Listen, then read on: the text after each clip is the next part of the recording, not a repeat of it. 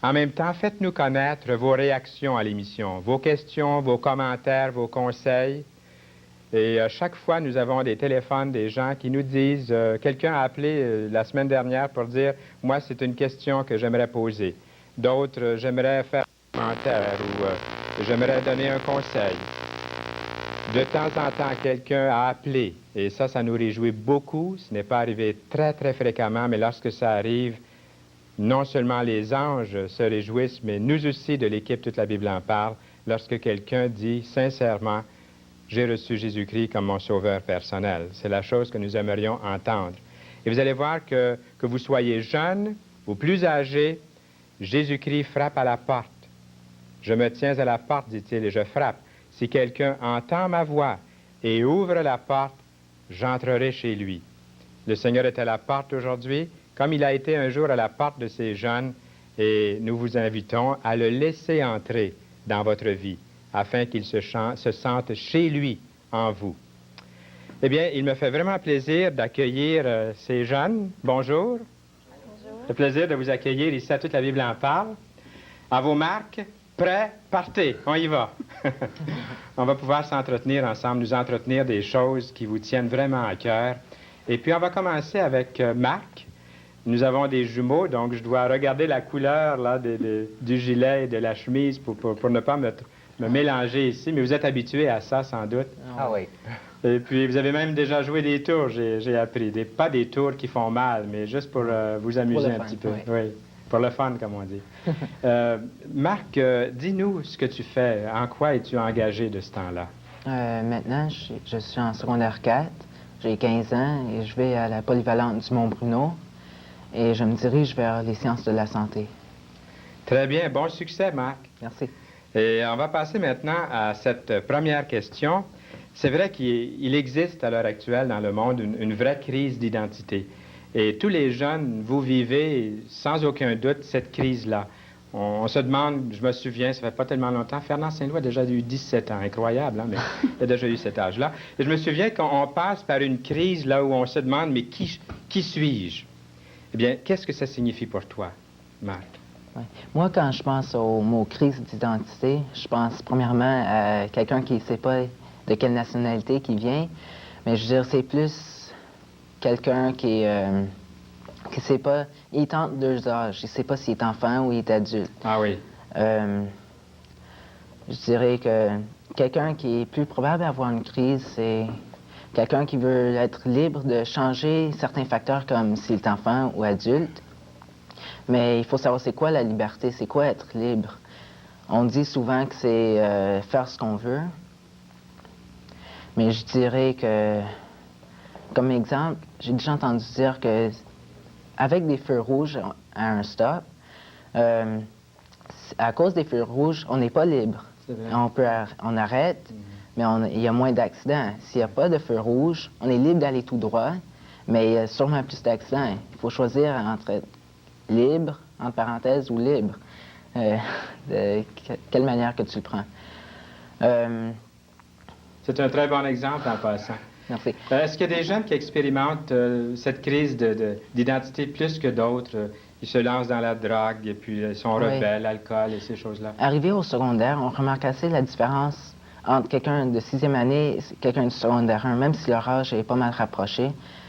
Rendu en secondaire 1, des personnes peuvent avoir les plus vieux peuvent avoir des influences sur des plus jeunes, disons avec la cigarette, la drogue.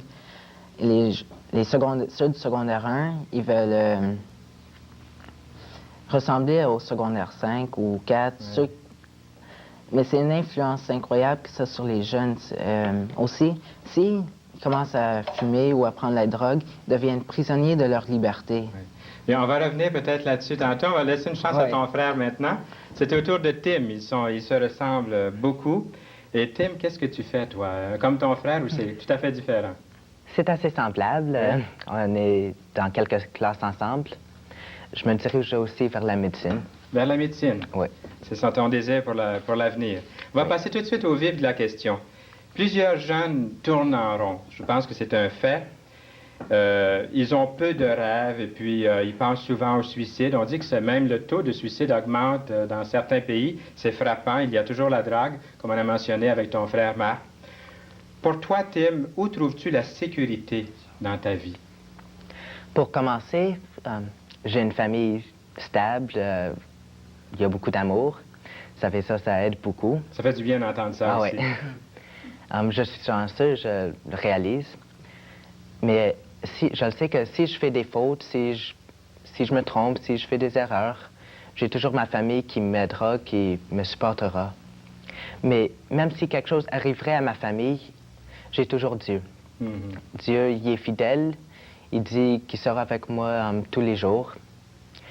Et en étant avec moi, il me donne le courage de continuer. Je peux...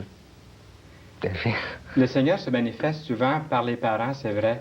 Mais est-ce que vous êtes deux grands amis tous les deux? Ah oui. Ah oui. Est-ce qu'il se manifeste des fois par ton frère?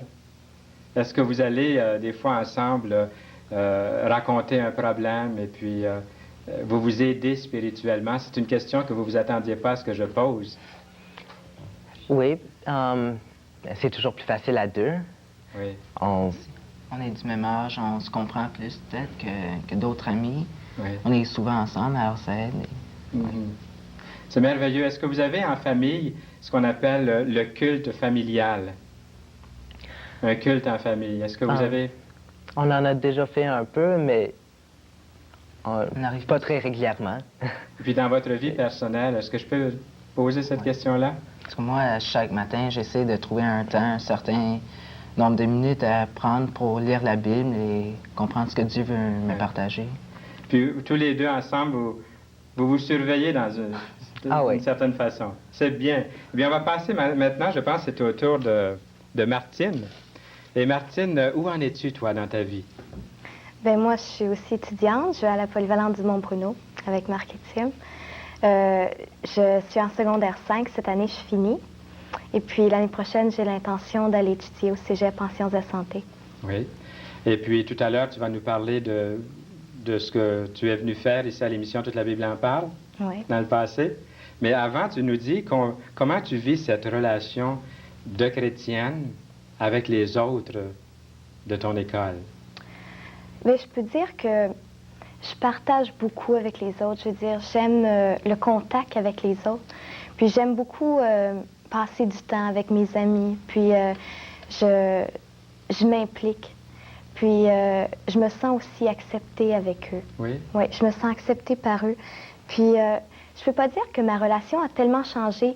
Il y a 3 ans, quand j'ai accepté le Seigneur Jésus dans ma vie, ça a changé, ça a fait un gros changement dans ma vie, mais ça n'a pas comme affecté ma relation avec les autres. Mais ce que je peux dire qui a changé, c'est que j'ai beaucoup plus d'amour pour eux que j'en avais avant. Puis à être avec eux, j'ai du bon temps. Puis ce que j'ai appris, bien, c'est que on sait qu'aujourd'hui, on est porté à suivre l'influence des autres, puis on est mené par ce que les autres vont nous dire. Puis ce qui est différent, c'est que moi, je ne suis pas toujours l'influence des autres parce que je pense différemment maintenant. Puis si je le sais, ben, c'est parce que c'est en lisant la Bible. Puis à ce moment-là, Dieu me le montre ce que je dois faire. Puis c'est une conviction intérieure que je veux lui rester fidèle, puis continuer à faire ce que lui il veut. Puis ça me fait plaisir de lui faire plaisir plutôt que de faire plaisir aux autres. Ça, c'est merveilleux. Et Martine, je sais que tu fais partie d'une famille de chrétiens aussi. Tes parents, et puis tu as une sœur. Ouais. On entendait tantôt parler Tim et Marc. Est-ce que c'est un peu la même chose chez toi? Oui, bien pour moi, ma sœur, c'est ma sœur jumelle, si on veut, là. Oui. C'est une façon, justement, pour moi, en premier, la relation avec les autres, elle commence avec ma famille. Puis pour moi, ma famille est importante. C'est important de donner de moi-même. Bien, on va revenir à nouveau. On va recauser avec Tim et Marc et aussi Martine. Maintenant, on veut prendre un bon moment avec une athlète, une jeune athlète. Et puis, elle a dit de ne pas trop en mettre, mais elle est vraiment bonne. Je pense que je peux le dire maintenant que j'ai la parole. C'est une jeune athlète et puis elle a été demandée, ou c'est pas encore définitif, je pense, Lucia. Ouais. Mais dis-nous, elle a été demandée, je vais terminer ma phrase, de participer aux Jeux du Québec La discipline, c'est le soccer, Oui, c'est ça? Et parle-nous un peu de toi. Qui es-tu et tout ça? Ben, je vais à la polyvalente Pierre Dupuis à Longueuil. Je suis finissante cette année. Si je peux passer un cours. Lequel? Français. Le français, tu vas Ouais. passer. Mais prochainement, j'aimerais m'orienter en administration, peut-être, Oui. au cégep. Puis, est-ce que tu vas laisser les sports? Non. Tu n'as pas mentionné les sports. Tu vas garder ça quand même. Oh oui, je vais garder surtout le soccer. Eh bien, tu as des trophées avec toi. Est-ce que tu veux nous les montrer tout de suite? Tu as Oui. gagné des trophées. Nous expliquer ce que ça représente pour toi, ces trophées-là. Le trophée qui est dans ta main gauche. Celui-ci, ben, c'est la ringuette. Je l'ai gagné au tournoi de Boucherville cette année. Nous avons gagné le tournoi à Boucherville. Ça, c'est toujours au soccer. La ringuette. À la- La ringuette. on dit ringuette. Mhm. Je ne m'y connais pas trop. Tu veux nous expliquer ce que c'est? C'est un sport qui se joue sur glace. C'est la même chose que le hockey, mais pour les filles. Ah, Avec un c'est pour ça bâton, que je ne connais pas ça. un bâton et un anneau. Oui. Un anneau, puis les règlements sont pas pareils qu'au hockey. Puis t'aimes ça? Ah oui. Oui. C'est fun. Ah, bien, il faudrait aller voir. Vous jouez à quelle place? Vous jouez à quelle place? À quel endroit? Je joue à l'Arena Gaétan-Boucher à Saint-Hubert. Bon, bien, l'autre trophée que tu as là, c'est. Oui, ça celui-ci, c'est au soccer. Je l'ai gagné au tournoi de Pointe-Claire, Ah oui? il y a 2 ans, je pense. Oui. Félicitations, Lucia. Maintenant, on va parler un petit peu de ce que ça représente pour toi, le Seigneur Jésus-Christ. Comment peux-tu démontrer ton témoignage tout en étant une sportive engagée comme tu l'es maintenant? Oui, mais sur la glace, j'essaie de démontrer en pas me revengeant contre les filles qui me font, qui me donnent des coups. Puis sur le banc, j'essaie aussi de calmer les filles, parce que ça crie souvent contre les arbitres. Puis Est-ce que c'est un jeu violent? c'est pas supposé, mais il tolère. Il y a beaucoup de tolérance, je trouve. C'est comme au hockey un peu, une bonne bataille, ils pensent que ça va attirer le public ou quoi? Pas tant que ça, c'est des accrochages ou même des plaquages de temps en temps. C'est fait sciemment, là, volontairement. Quelqu'un veut te plaquer, puis... Est-ce que toi, tu en plaques des fois? Mais pas tellement, non. Non. Je me souviens qu'au soccer, j'ai déjà plaqué une fille, oui. Mais j'étais mal. Tu étais mal à Après, cause de ça? oui. Tu étais mal pourquoi? Parce que tu veux rendre témoignage et puis aussi c'est pour autre raison, je ne sais pas. Oui, c'est pour rendre témoignage aussi, mais c'est gênant de faire crier après. Mais faites-en pas, Lucia, il y a Jean Pronovo qui est un joueur de hockey dans la Ligue nationale qui est venu témoigner ici, puis il a dit que des fois il en plaquait. Mais il dit qu'il y a une façon de plaquer comme un chrétien. Il dit tu peux plaquer quelqu'un comme il faut, mais pas être salaud avec lui. Mhm. Il dit ça, Ouais. c'est une façon chrétienne de plaquer quelqu'un. Il dit quelqu'un qui est du monde, il va plaquer l'autre, puis il va l'écraser. Mais il dit un chrétien, il peut plaquer d'une façon sanctifiée. Dites-nous ce que vous en pensez. Appelez-nous, puis dites-nous franchement ce que vous en pensez. Eh bien, qu'est-ce que c'est? Où est-ce qu'on en était, Lucia? Il faut continuer notre entrevue, là. Il faut que je passe aux autres questions.